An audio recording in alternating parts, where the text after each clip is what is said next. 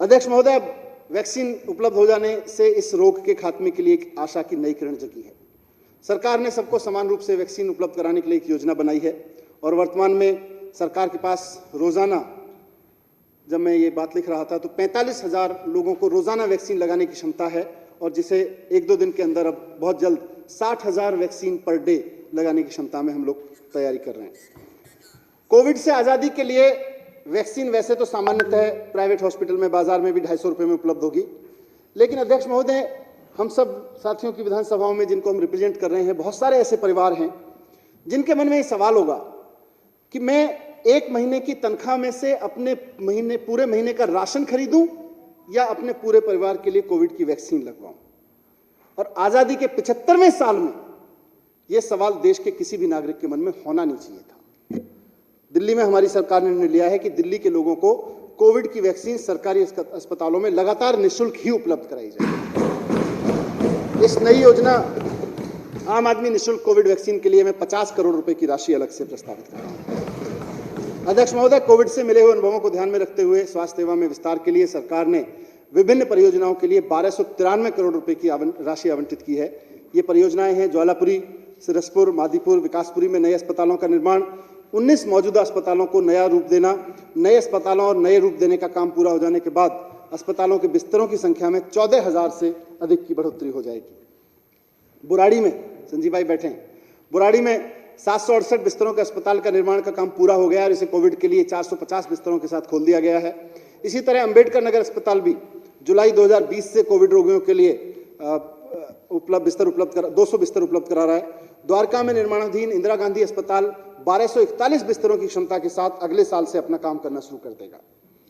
अध्यक्ष महोदय, दिल्ली में आम आदमी की छोटी छोटी बीमारियों के लिए बड़े अस्पतालों के चक्कर न काटने पड़े आम आदमी को, इसके लिए हमारी सरकार ने मोहल्ला क्लिनिक की एक नई अवधारणा शुरू की थी।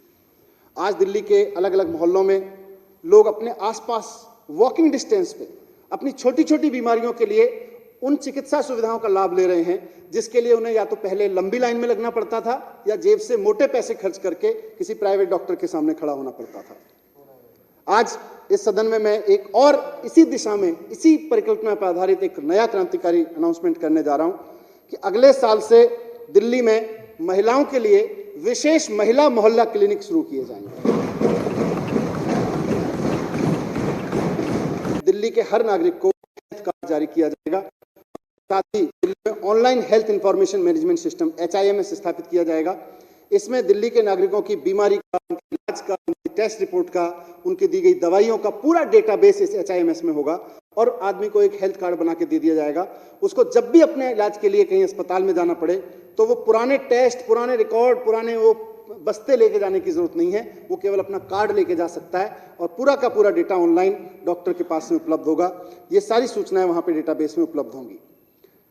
पहले चरण में इस योजना को दिल्ली के सारे सरकारी अस्पतालों में, पॉलीक्लिनिक, मोहल्ला क्लिनिक इत्यादि में लागू करेंगे, HIMS से जोड़ेंगे और इसको जियो टैगिंग के जरिए रोगियों की पहचान और ट्रैकिंग में भी मदद मिलेगी। और इसका एक फायदा ये भी होगा कि जो परिवारों की आनुवंशिक बीमारियां हैं उसका रिकॉर्ड भी फिर हर डॉक्टर के पास में अपने पास आने वाले हर एक मरीज के बारे में पहले होगा और उसको उसके बारे में बेहतर डिसीजन लेने में सुविधा मिलेगी। दिल्ली में सड़क दुर्घटना का शिकार हुए नागरिकों को तुरंत और सुरक्षित इलाज के लिए मुख्यमंत्री जी ने एक योजना शुरू कराई थी, दिल्ली के फरिश्ते। इसके तहत अगर कोई भी व्यक्ति सड़क दुर्घटना में घायल को अस्पताल लेके जाता है तो उसको कानूनी कार्रवाई, पूछताछ नहीं होती, उसको 2,000 रुपये इनाम में दिए जाते हैं और जिस व्यक्ति का एक्सीडेंट होता है उसका इलाज का खर्चा सरकार उठाती है। ये योजना बेहद सफल रही है और इसकी वजह से 10,600 नागरिकों की जान अभी तक बचाई जा चुकी है और इसकी खूब तारीफ हो रही है चारों तरफ। इस योजना को भी और जोर से इसी तरह सरकारी अस्पतालों में इलाज कराने के लिए आने वाले वो नागरिक जिनका कोई बड़ा टेस्ट होना है, जैसे कि MRI होना है, CT स्कैन होना है और सरकारी सुविधाओं में अगर लंबी लाइन है तो ये महंगे टेस्ट प्राइवेट अस्पतालों में मुफ्त कराए जा सकते हैं। प्राइवेट हॉस्पिटल या प्राइवेट क्लिनिकल सेंटर्स से मुफ्त कराए जा सकते हैं। इसी तरह दिल्ली के सरकारी अस्पतालों में इलाज कराने आए किसी व्यक्ति का अगर ऑपरेशन होना है और सरकारी सिस्टम में मरीजों की ज़्यादा संख्या होने के कारण ऑपरेशन की डेट उसको 1 महीने से ज़्यादा के समय की मिल रही है तो केजरीवाल मॉडल ऑफ गवर्नेंस के तहत उसके ऑपरेशन की व्यवस्था प्राइवेट अस्पताल में कराई जा सकती है और उसका पूरा खर्च दिल्ली सरकार उठाती है।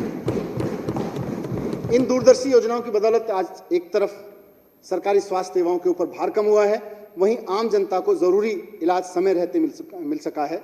ये योजनाएं आगे भी अगले वित्त वर्ष में भी चालू रहेंगी।